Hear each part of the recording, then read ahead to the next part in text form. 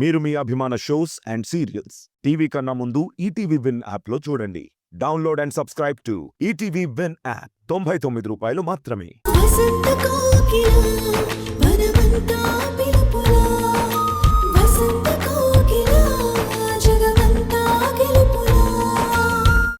ఇంత మంచి సలహా ఇస్తే ఎవరూ రెస్పాండ్ అవ్వట్లేరేంటి? మీ అక్క ఇంకా ఆఫీస్ నుంచి రాలేదే, అందుకే కంగారు పడుతున్నారు. ఏంటి ఇంకా రాలేదా? ఫోన్ చేశారా? చాలాసార్లు చేశానమ్మా, తీయడం లేదు. అందుకే భయంగా ఉంది. అమ్మా ఇది పట్టుకో, నేను వెళ్ళి చూసొస్తాను.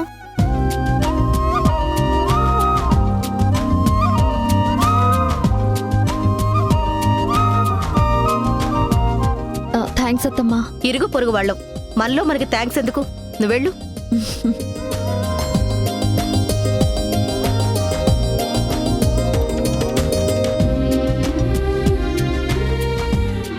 ఏంటమ్మా ఈరోజు ఇంత లేట్ అయింది?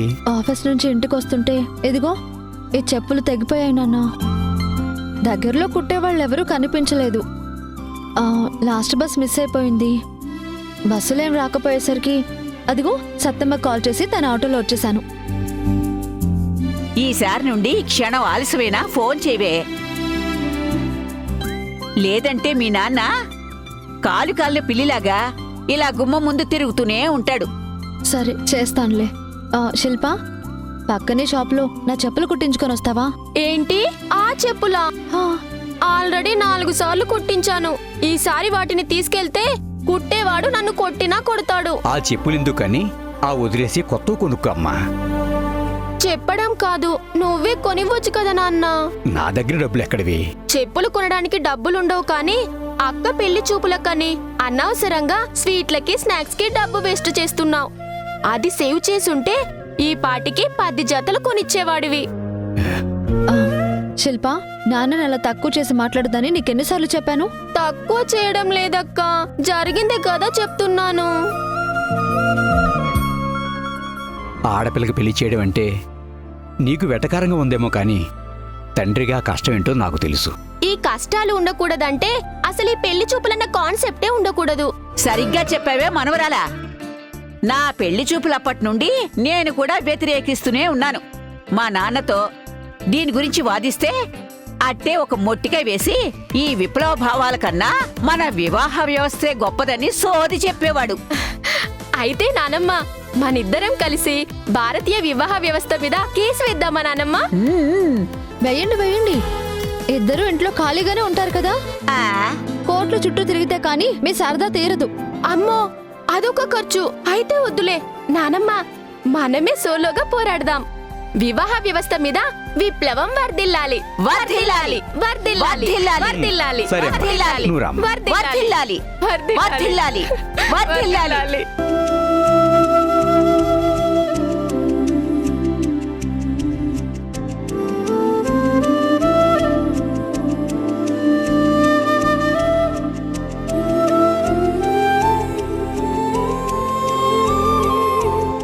నువ్వు కూడా వడ్డించుకో సంధ్య, ముగ్గురం కలిసి తిందాం.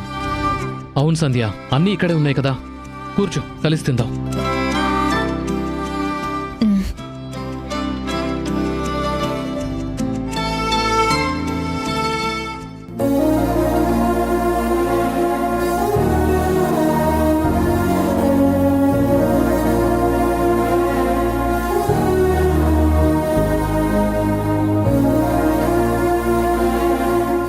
సూర్య, నీ డెసిషన్ కరెక్ట్ కాదనిపిస్తుంది. ఒక్కసారి ప్రశాంతంగా కూర్చుని ఆలోచించచ్చు కదా. దేని గురించి మాట్లాడుతున్నావు? అదే మార్నింగ్ ఈయన నీ పెళ్లి గురించి డిస్కస్ చేస్తే. ఆకాష్, నాకు పెళ్లి మీద ఇంట్రెస్ట్ లేదని చాలా క్లియర్గా చెప్పాను కదా, సంధ్యకి చెప్పలేదా? నీ నిర్ణయం కరెక్ట్ కాదు కాబట్టే డైరెక్ట్గా నీతో మాట్లాడుతున్నాను. జీవితాన్ని కొత్తగా స్టార్ట్ చేయాలని ఫిక్స్ అయ్యావు. అది పెళ్లితో రీస్టార్ట్ చేయడానికి ఏంటి నీ ప్రాబ్లం?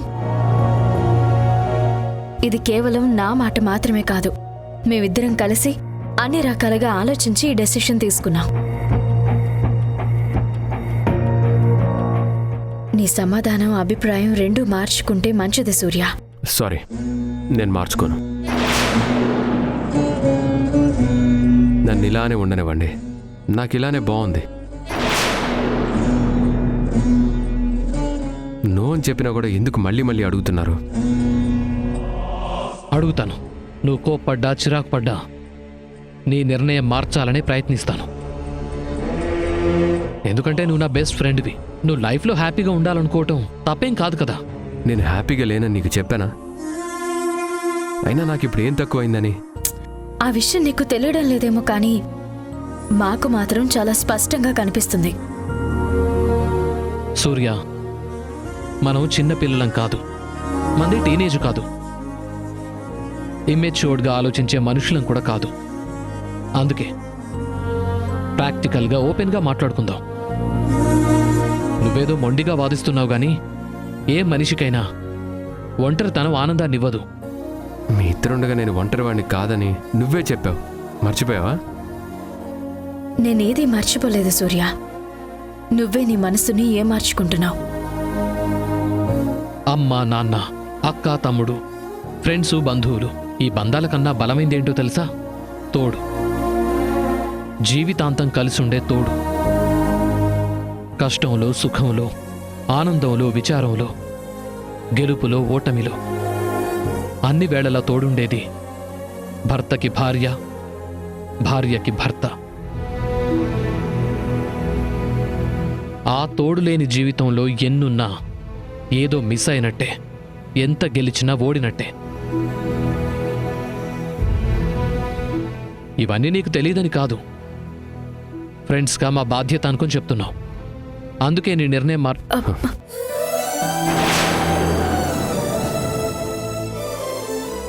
ఆకాష్, నీకొక్కడికి ఉదయం చెప్పాను, ఇప్పుడు సంధ్య ముందు కూడా చెప్తున్నాను. లోన్లీ ప్లేస్ ఎప్పుడు లోన్లీ ప్లేసే. ఆ ప్లేస్కి ఎవరు రారు, రాలేరు. అన్ని బంధాలు, బాధలు దాటుకొని వచ్చిన వాడిని కొత్తగా నేను షేర్ చేసుకోవడానికి, గెలిచి చూపించడానికి నా జీవితంలో ఏమీ లేవు, ఉండవు. మీ ఇద్దరు చూపిస్తున్న స్నేహం, ప్రేమ నాకు చాలు. ఇంతకు మించి ఇంకేం వద్దు. మీరు నిజంగా నా సంతోషం గురించి ఆలోచిస్తున్న వాళ్ళే అయితే ఇంకెప్పుడు ఈ పెళ్లి టాపిక్ గురించి మాట్లాడొద్దు.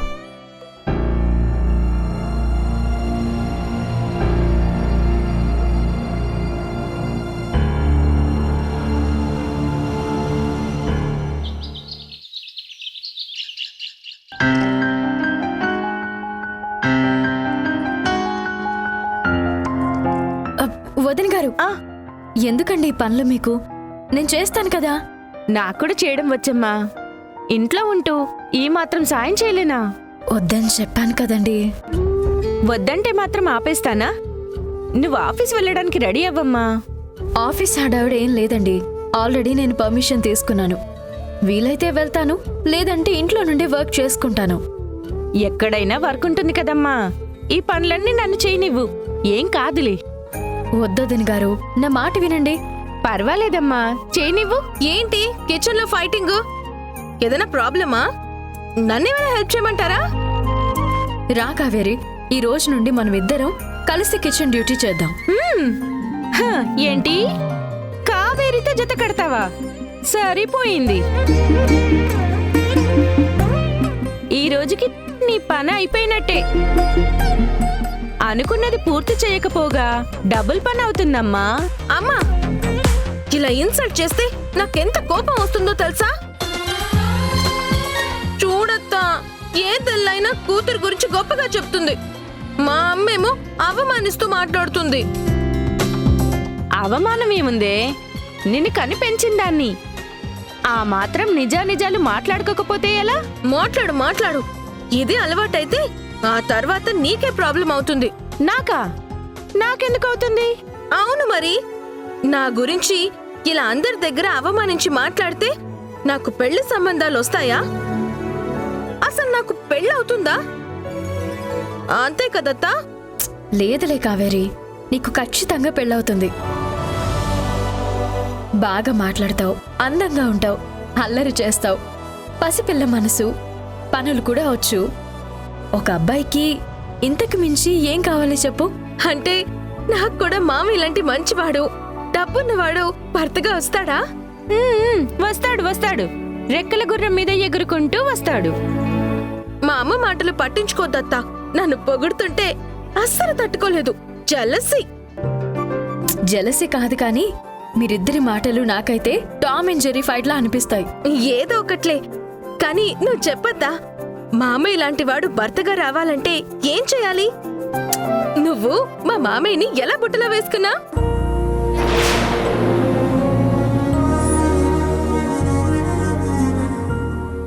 కావేరి, నోర్ముయ్. నోటికి ఎంతొస్తే అంత మాట్లాడతావా? చిన్న అంతరం పెద్ద అంతరం లేకుండా ఏంటా మాటలు? నేను సరదాగానే కదత్తా అడిగాను. మా అమ్మ చూడు ఎంత సీరియస్ అవుతుందో. సీరియస్ అవ్వడం కాదే, ఇంకొకసారి ఇలాంటి మాటలు మాట్లాడవంటే నోటి మీద వాతలు పెట్టేస్తాను. వదన్ గారు, చిన్నపిల్ల ఏదో తెలియక మాట్లాడింది, వదిలేండి. లేదమ్మా, నువ్వు కాబట్టి నవ్వుతూ తీసుకున్నావు. వేరే ఎవరైనా అయితే ఎంత పెద్ద సమస్య అవుతుంది. ఆ విషయం దీనికి ఎన్నిసార్లు చెప్పినా దీని బుర్రకెక్కట్లేదు. మెల్లగా అర్థమవుతుంది వదన్ గారు, చెప్పడానికి నేనున్నాను కదా. కావేరి ఎక్కడున్నా అంతా మంచి జరుగుతుంది తప్ప ఎక్కడా ఏ సమస్య ఉండదు. థ్యాంక్స్ అత్తా. మా అమ్మ కన్నా నువ్వే నన్ను బాగా అర్థం చేసుకున్నావు. చాలా బాగా సపోర్ట్ చేస్తున్నావు. అది సంధ్య మంచితనం. అలుసుగా తీసుకొని ఇంకా అల్లరి చెయ్యొద్దు. అమ్మ సంధ్య, నీకు కూడా చెప్తున్నాను, దీనికి అతిగా చనువిస్తే ఆ తర్వాత నువ్వే బాధపడాల్సి వస్తుంది. చాలమ్మా, ఇంకా ఆపు. మా అమ్మకి ఆశీర్వదించడం రాదు కానీ ఇలా శాపనార్థాలు పెట్టడం బాగా వచ్చు. నువ్వు పదత్తా. ఈరోజు కిచెన్ సెక్షన్ అమ్మకు వదిలేసి మనం సరదాగా కబుర్లు చెప్పుకుందాం. పద. దీని అల్లరి ఎప్పుడు తగ్గుతుందో ఏమో కానీ అదుపులో పెట్టేవాడు ఎక్కడున్నాడో.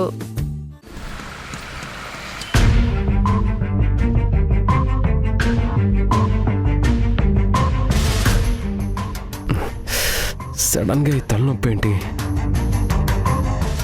వర్క్ మీద అస్సలు కాన్సన్ట్రేట్ చేయలేకపోతున్నాను. తల పగిలిపోతుంది. టాబ్లెట్ వేస్తే కానీ తగ్గేలా లేదు.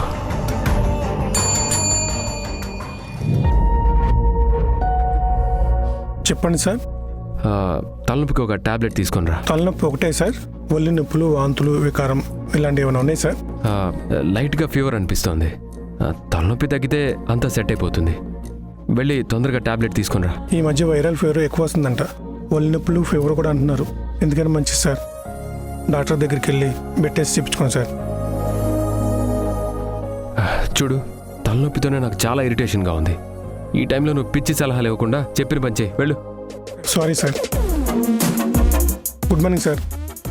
సూర్య గారికి తలనొప్పి ఉందండి సార్. ఏ ఆపు, ఒకసారి చెప్తే నీకు అర్థం కాదా? వెళ్ళి చెప్పిన పని చేయి. అలాగే సార్.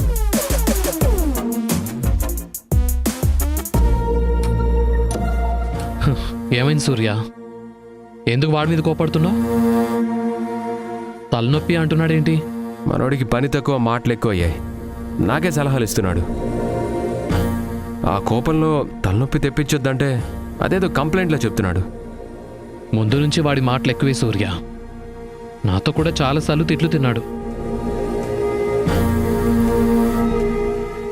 నువ్వేంటి నీరసంగా కనపడుతున్నావు? Is everything okay? నిజం చెప్తే అనవసరంగా ఆకాష్, సంధ్య ఇద్దరు కంగారు పడతారు, ఎక్కువ కేరింగ్ తీసుకుంటారు. నిజం చెప్పి వాళ్ళని డిస్టర్బ్ చేసే బదులు అబద్ధంతో కవర్ చేయడం బెటర్. అలా ఏం లేదు ఆకాష్, వాడొచ్చి డిస్టర్బ్ చేశాడు కదా, అందుకే మూడ్ చేంజ్ అయ్యి ఇలా ఉన్నాను. సరే సూర్య, ప్రాజెక్ట్ గురించి కొన్ని విషయాలు డిస్కస్ చేయాలి. నువ్వు ఫ్రీగానే ఉన్నావా? యా షూర్, చెప్పు.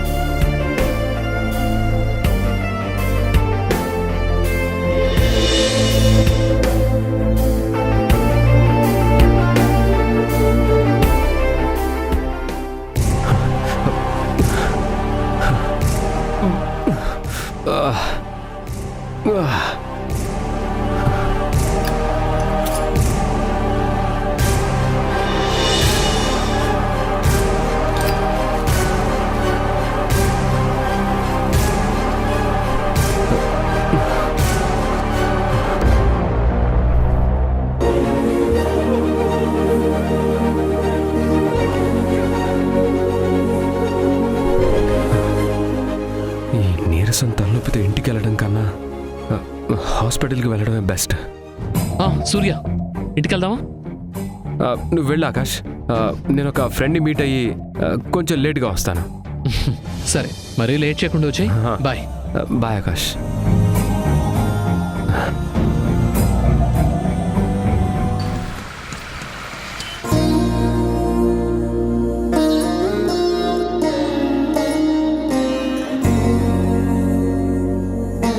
అంతా పర్ఫెక్ట్గా ఉంది జ్యోతి.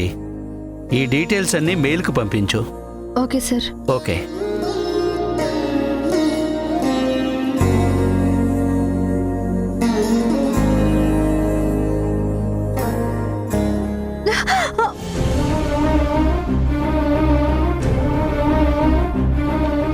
జాగ్రత్త జ్యోతి, పెళ్లి కావలసిన పిల్లవి. కాలు జారితే అదే కాలు తడబడితే అసహ్యంగా ఉంటుంది.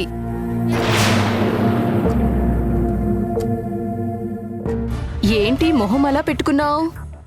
బాస్ లీవ్ ఇవ్వను, గెట్ లాస్ట్ అన్నారా?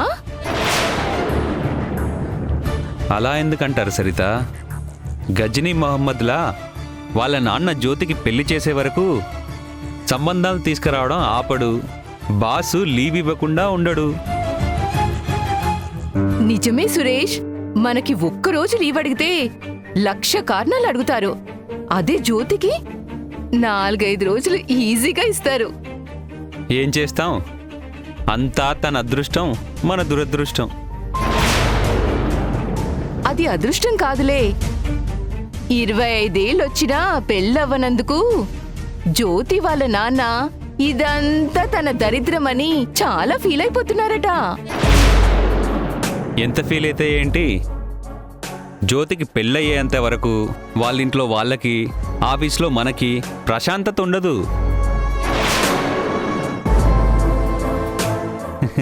ఈ ప్రాబ్లంకి ఇంకో సొల్యూషన్ ఏంటో తెలుసా? నాకు తెలిసి పెళ్లి వద్దని జ్యోతైనా చెప్పాలి, లేదంటే ఇక నా వల్ల కాదని వాళ్ళ నాన్నైనా సైలెంట్ అయిపోవాలి.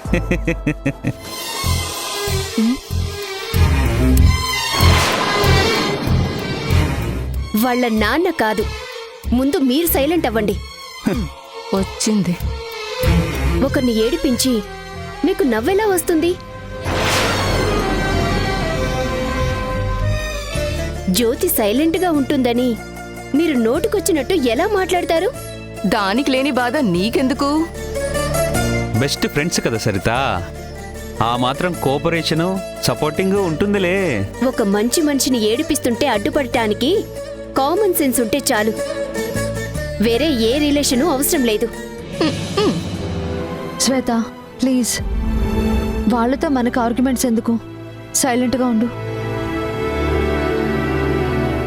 నువ్వు సైలెంట్గా ఉండి నేను సైలెంట్గా ఉంటే వాళ్ళనెవరు కంట్రోల్ చేస్తారు? మమ్మల్ని కంట్రోల్ చేయడం కాదు, మీది కాని విషయాల్లో నువ్వు కలగజేసుకోకు. అది నాకు చెప్పడం కాదు, నీకు నువ్వు చెప్పుకో. బాస్ రూమ్లోంచి రాగానే సైలెంట్గా ఉన్న జ్యోతి మీద సెటైర్ లేసింది, సర్కాస్టిక్గా మాట్లాడింది మీరు. ఇప్పుడేంటి నాకు సలహాలు ఇస్తున్నారు? కరెక్టే శ్వేత, అలానే నిలదీయి. ఇదిగో, జ్యోతి కావాలనే పెళ్లి చేసుకున్నట్టు ఎందుకు అలా మాట్లాడుతున్నారు?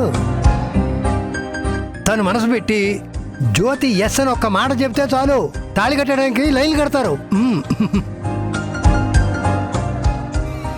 జ్యోతికి సపోర్ట్ చేయకపోయినా పర్లేదు, కానీ ఇలా హత్య చేసేలా మాత్రం మాట్లాడొద్దు. మీరు వర్క్ చేసుకోండి. కృష్ణకుమార్ గారు అనవసరంగా జాబ్ చేస్తున్నారు, కానీ సినిమాల్లో ట్రై చేసుంటే ఈ పాడికి పెద్ద స్టార్ అయిపోయేవాడు సరిత. నిజమే సురేష్, అప్పుడు కూడా హీరోయిన్ గా జ్యోతే ఉండాలని చెప్తాడేమో. అవును చెబుతాను, అదేమన్నా తప్ప? తప్పేం కాదులేండి. ఆల్రెడీ పెళ్ళైనా పెళ్ళాన్ని దూరం చేసుకున్న మీరు జ్యోతిని రెండో పెళ్లి చేసుకొని ఇంకో జీవితాన్ని ఇవ్వాలనుకోవడం నిజంగా చాలా గొప్ప విషయం. Thank you thank you thank you.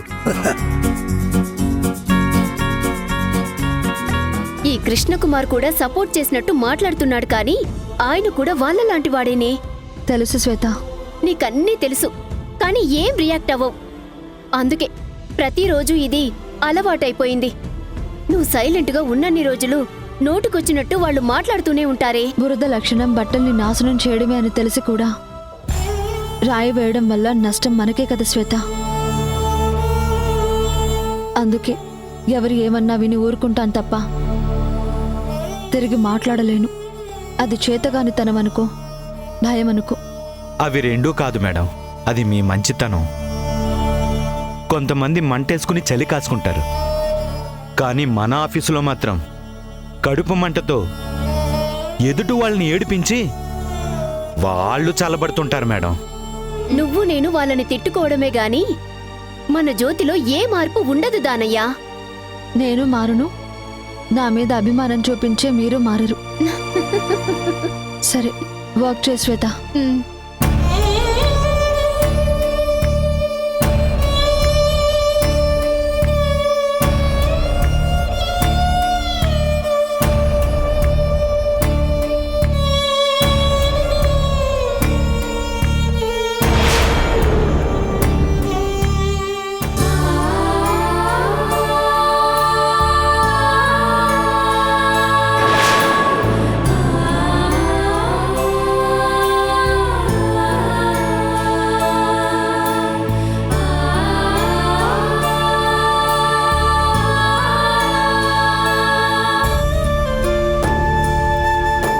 కోసం మీరందరూ వెయిట్ చేయడం ఎందుకు? మీరు తినేయచ్చు కదా నాన్న. నీకు చెల్లికి తినిపించకుండా మీ నాన్న ఎప్పుడైనా తిన్నారా?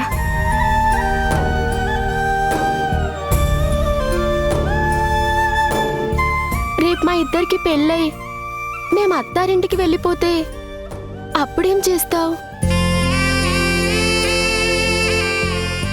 ఆ దేవుడు కూడా నీలాగే ఆలోచిస్తున్నాడేమో దీపా. ఆ కష్టం నాకు రాకూడదని మీ అక్కకి ఒక్క మంచి సంబంధం కూడా రావట్లేదు.